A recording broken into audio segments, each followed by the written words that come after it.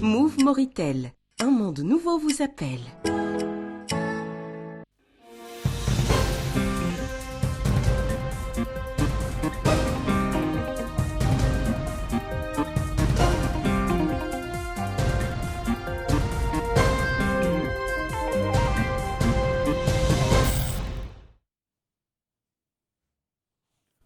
Le président de la République reçoit en audience le président de l'Assemblée nationale de la République du Sénégal.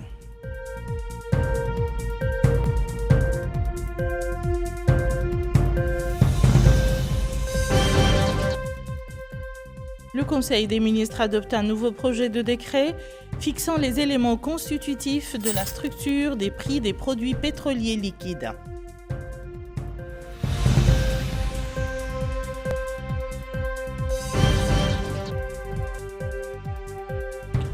Le Premier ministre préside la réunion consacrée à l'examen de la réforme du système des marchés publics.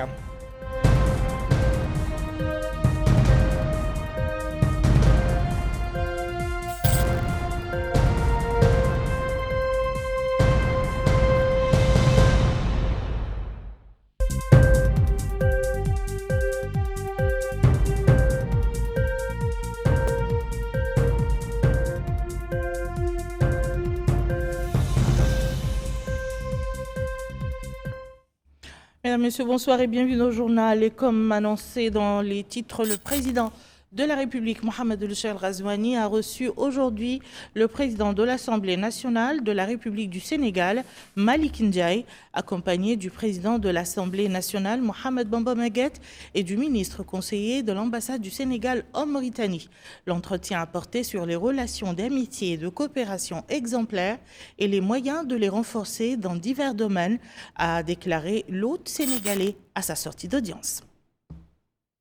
Dans le cadre du renforcement de la coopération parlementaire, mais surtout du dialogue des peuples.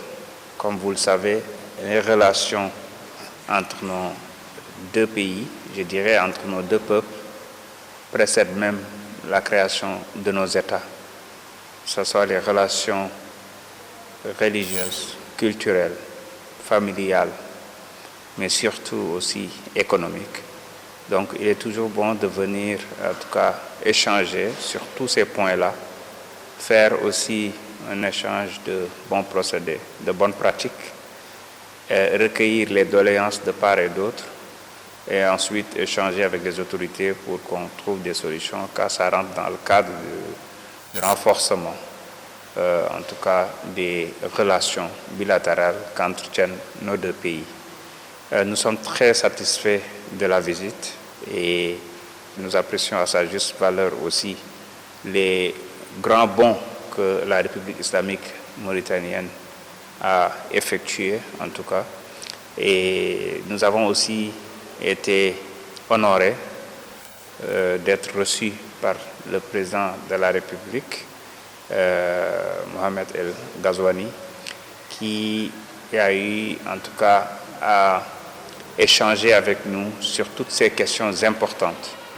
Après avoir bien sûr passé les salutations du président de la République, Bassirou Diomaye Faye, ainsi que de son Premier ministre et de tout le gouvernement du Sénégal, nous avons eu quand même à soulever quelques questions d'intérêt commun, notamment sur la coopération entre nos deux pays, particulièrement sur le volet parlementaire, mais surtout sur tout ce qui concerne nos relations sociales, les relations entre nos deux populations. Et la discussion s'est très bien passée. Nous avons apprécié en tout cas la qualité des échanges surtout. Et nous, ensemble, nous avons salué l'excellence des relations entre nos deux pays pour dire que le Sénégal et la République mauritanienne, c'est certes deux États, mais au même peuple. Et ça, nous devons tous, en tout cas, nous donner les mains pour renforcer ça, mais surtout pour inspirer d'autres pays, notamment de l'Afrique de l'Ouest, afin d'assurer cette promotion de la paix et cette stabilité qui est le seul gage d'un développement endogène. Venons-en maintenant au Conseil des ministres qui s'est réuni ce mercredi sous la présidence de Mohamed El Cheikh El Ghazouani, président de la République. Le Conseil a examiné et adopté les projets de texte suivants. Projet de décret abrogeant et remplaçant le décret 2014-067 du 27 mai 2014 fixant les éléments constitutifs de la structure des prix des produits pétroliers liquides.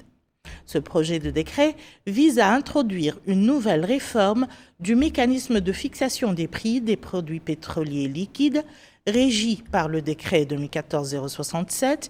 Ce mécanisme repose sur le principe de la fixation préalable du prix à la pompe, laissant à l'État le soin de supporter ou de bénéficier de la différence par rapport au prix de revient.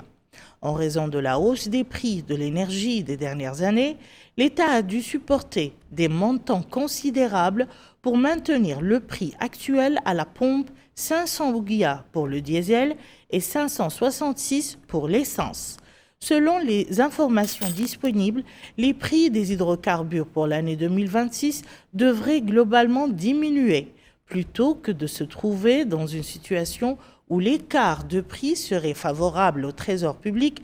Le gouvernement, suivant les instructions du président de la République, Mohamed El Cheikh El Ghazouani, a décidé d'introduire une nouvelle réforme du mécanisme de fixation des prix des hydrocarbures, permettant aux citoyens de bénéficier de la baisse prévue au lieu de maintenir l'ancien mécanisme où le prix reste fixe et la différence positive versée au compte du Trésor public.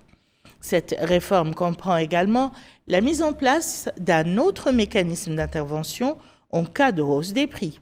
Enfin, le mécanisme de fixation des prix du gaz domestique restera inchangé car les prévisions des prix de cette matière ne montrent pas de variation pouvant entraîner un écart de prix positif. Par conséquent, l'État continuera à payer l'écart de prix dont le coût a atteint en 2024 plus de 1,4 milliard MRU et pour les 9 premiers mois de l'année 2025, près de 1,3 milliard MRU. Projet de décret portant création et fixant les règles d'organisation et de fonctionnement du mécanisme national de compensation Tessanoud en cas de hausse des prix des produits pétroliers liquides.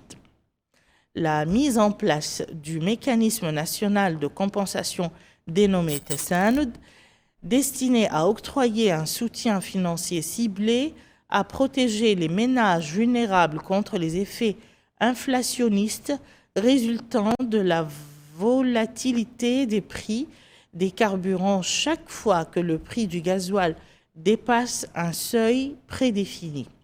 Ce mécanisme, conforme aux meilleures pratiques internationales en matière d'adaptation sociale aux chocs externes, repose sur des paramètres techniques susceptibles d'actualisation, des données socio-économiques fiables issues de registres sociaux nationaux, une coordination étroite entre les départements ministériels concernés. Le présent projet de décret a pour objet la création du dit mécanisme ainsi que la définition des règles relatives à son organisation, à son fonctionnement et à son financement. Projet de décret abrogeant et remplaçant certaines dispositions des décrets portant création, organisation et fonctionnement des écoles de santé publique à l'intérieur du pays.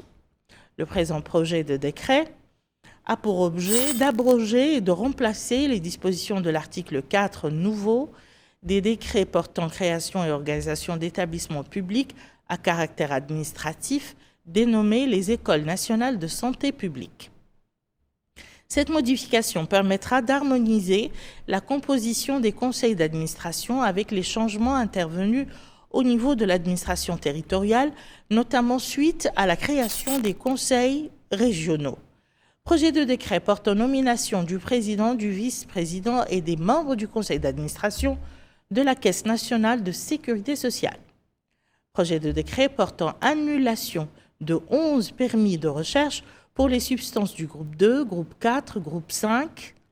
Ce projet de décret actuel vise à annuler 11 permis de recherche suite à des enquêtes ayant révélé des irrégularités dans le respect des obligations réglementaires par les sociétés détentrices, notamment en ce qui concerne le paiement de la taxe superficiaire annuelle. Cette mesure est mise en œuvre conformément à l'article 60 du décret numéro 2008-159 du 4 novembre 2008 relatif aux titres miniers et de carrière. Projet de décret portant nomination des membres du conseil d'administration de la Société des chantiers navals de Mauritanie, CNM. Le ministre chargé du secrétariat général du gouvernement a présenté une communication relative à l'évaluation du portefeuille des grands marchés du 1er novembre au 31 décembre 2025. Ce communiqué vise à informer le gouvernement des progrès accomplis dans la mise en œuvre des grands projets et programmes de développement. Il s'inscrit dans le cadre du mécanisme de suivi systématique et rigoureux mis en place en septembre 2023, conformément aux instructions de son Excellence le Président de la République, M. Mohamed El Ghazouani, en vue d'en améliorer la mise en œuvre. Cette communication couvre la période du 1er novembre 2025 au 31 décembre 2025. Il examine d'abord, de manière générale, l'état et l'évolution du portefeuille au cours de cette période. Ensuite, il présente un aperçu de la mise en œuvre du programme d'urgence pour le développement de la ville de Nouakchott. Et enfin, il décrit le programme d'urgence pour la généralisation de l'accès aux services nécessaires au développement local. Ces deux programmes ont été lancés par le président de la République, M. Mohamed El Ghazouani, respectivement le 20 janvier 2025 et le 6 novembre 2025, dans le but d'améliorer l'accès et la qualité des services de base et d'améliorer les conditions de vie des citoyens sur l'ensemble du territoire national. Le portefeuille comprend actuellement 106 marchés. 30 marchés ont été réceptionnés depuis juillet 2025, dont 12 livrés après la dernière communication. La progression moyenne du portefeuille à la fin du mois de décembre 2025 est de 52%, soit une progression moyenne de 7 points sur 2 mois ou 3,5 points par mois. Il est à noter que le taux de progression mensuel est resté supérieur au seuil de 3 points en novembre et décembre 2025. Cette tendance semble se poursuivre à moyen terme avec un taux mensuel de 3,5 points sur la période, ouvrant de nouvelles perspectives pour atteindre des niveaux importants de performance. Le taux de décaissement moyen est de 40%, tandis que le taux moyen de consommation des délais est de 129%. Le nombre de projets mis en œuvre sans retard s'élève à 32, soit 30% du portefeuille, tandis que le nombre de projets ayant dépassé les délais contractuels est de 57, soit 54%. Le programme d'urgence pour le développement de Nouakchott, lancé le 20 janvier 2025, affiche un niveau d'avancement de 77% au 31 décembre 2025, contre un taux moyen de consommation des délais de 69%. Les progrès réalisés en novembre et décembre 2025 atteignent 11 points. Et nous constatons avec satisfaction que tous les volets du programme affichent les taux d'avancement supérieurs au taux moyen de consommation des délais de 69% au 31 décembre 2025. Concernant le programme d'urgence visant à généraliser l'accès aux services de base nécessaires au développement local, il est entré dans sa phase de mise en œuvre à un bon rythme dans l'ensemble, avec des variations notables enregistrées par secteur, taux d'avancement de 16% au 31 décembre 2025, contre un taux moyen de consommation de délai de 10%. Le ministre des Affaires étrangères, de la coopération africaine et des Mauritaniens de l'extérieur a présenté une communication relative à la situation internationale. Le ministre de l'Intérieur, de la promotion, de la décentralisation et du développement local a présenté une communication relative à la situation intérieure. Le ministre de l'Équipement et des Transports a présenté une communication relative au système de contrôle de la surcharge des véhicules lourds. Cette communication a permis de présenter un diagnostic global des facteurs ayant entravé la mise en exploitation des stations de contrôle de la surcharge des poids lourds et du cadre juridique et réglementaire régissant ce dispositif, ainsi que de faire le point sur les investissements réalisés dans ce domaine. Elle expose également les mesures prises et celles envisagées en vue de la mise en place effective d'un système national performant de contrôle de la surcharge des véhicules lourds. Ce système vise d'une part à préserver le réseau routier national contre les dégradations importantes causées par les charges excessives exercées sur les essieux des camions, lesquels entraînent une détérioration prématurée des infrastructures routières et l'augmentation des coûts d'entretien, et d'autre part à renforcer la sécurité routière en réduisant les accidents de la circulation liés à la surcharge des véhicules. Suite aux directives du président de la République Mohamed El-Cheikh El-Ghazouani relatives au renforcement des principes de bonne gouvernance, à la promotion de la transparence et l'efficacité dans la gestion des fonds publics, le Premier ministre Mokhtar Ould Diaye, lors de sa réunion hier avec le comité chargé du suivi de la réforme du système des marchés publics, a insisté sur la nécessité d'accélérer l'achèvement du processus de révision et de cette réforme. La réunion a permis de passer en revue les résultats du diagnostic réalisé sur le système actuel, ainsi que les conclusions et recommandations qui en ont découlé, comme ont été examinés les mécanismes proposés pour améliorer les procédures et développer leur mise en œuvre, afin de garantir le renforcement de la transparence, l'établissement d'une concurrence loyale et l'amélioration de la qualité des projets publics exécutés. La réunion a également insisté sur l'importance de tirer le meilleur parti des résultats du diagnostic et des recommandations qui en découlent et d'adopter des mécanismes de contrôle efficaces contribuant à prévenir les dysfonctionnements et à améliorer la performance globale du système. Retour sur le séjour du président de l'Assemblée nationale sénégalaise à Nouakchott. Malick Ndiaye a visité aujourd'hui en compagnie de son homologue Mohamed Bamba Maguette le port autonome de Nouakchott et l'Office national des musées. Maïmouna Lo s'y trouvait également pour nous. Le ministre de la Culture, des Arts, de la Communication et des Relations avec le Parlement, porte-parole du gouvernement Hussein Ould Medo, a accueilli le président de l'Assemblée nationale, Mohamed Bamba Maguette, ainsi que son homologue sénégalais, El Malick Ndiaye, et sa délégation au Musée national. Fondé dans les années 1970, il constitue un haut-lieu de mémoire et de patrimoine. Les visiteurs ont parcouru ces différentes salles pour découvrir des collections archéologiques et ethnographiques, retraçant l'histoire des populations qui ont façonné cette terre.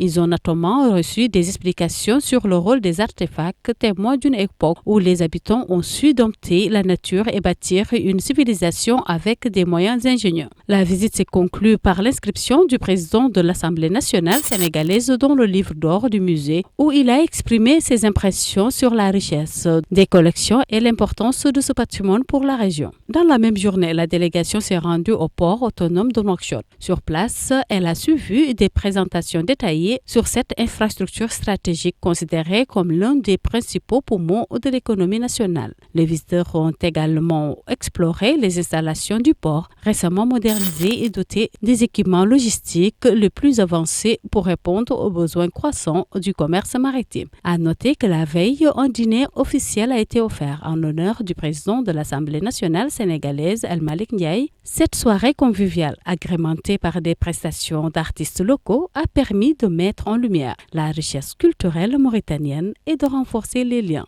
d'amitié entre les deux pays. Les rideaux sont tombés hier soir sur les travaux de l'atelier scientifique spécialisé de haut niveau tenu sous le thème « La langue du Dad ».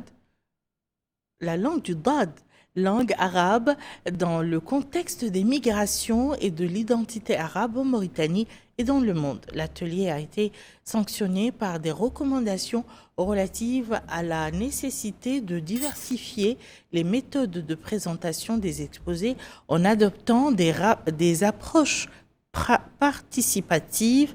Récit de Bokar Bailaba. Cet atelier régional organisé par la Commission nationale pour l'éducation, la culture et les sciences, en collaboration avec Alexo, Organisation arabe pour l'éducation, la culture et les sciences, s'inscrit dans le cadre du soutien aux efforts nationaux. Objectif : renforcer la position de la langue arabe et la consolidation des valeurs d'appartenance culturelle dans une société aux influences multiples. Et à cette occasion, le directeur général de l'Organisation arabe pour l'éducation, la culture et les sciences, Mohamed El-Amar, a déclaré que la tenue de ce colloque revêt un ensemble de significations, parmi lesquelles son organisation en Mauritanie et sa clôture au siège du Conseil de la langue arabe. Un organisme pour lequel l'organisation compte beaucoup pour promouvoir la langue arabe et la placer au niveau qu'elle mérite.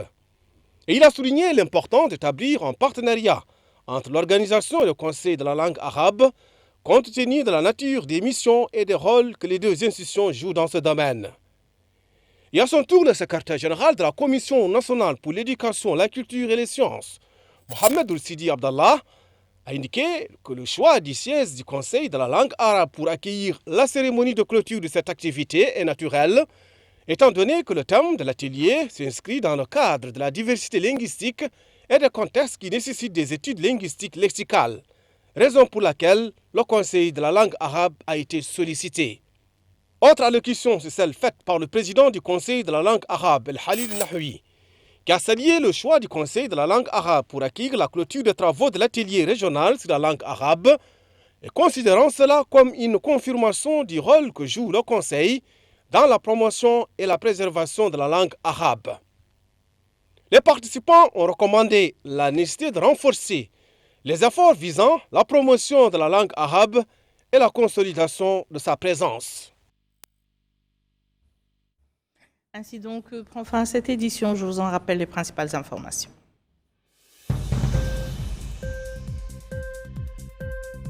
Le président de la République reçoit en audience le président de l'Assemblée nationale de la République du Sénégal.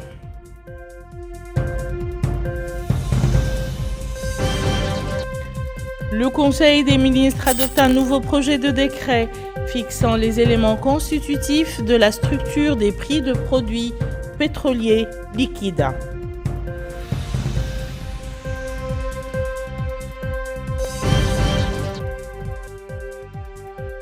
Le Premier ministre préside la réunion consacrée à l'examen de la réforme du système des marchés publics.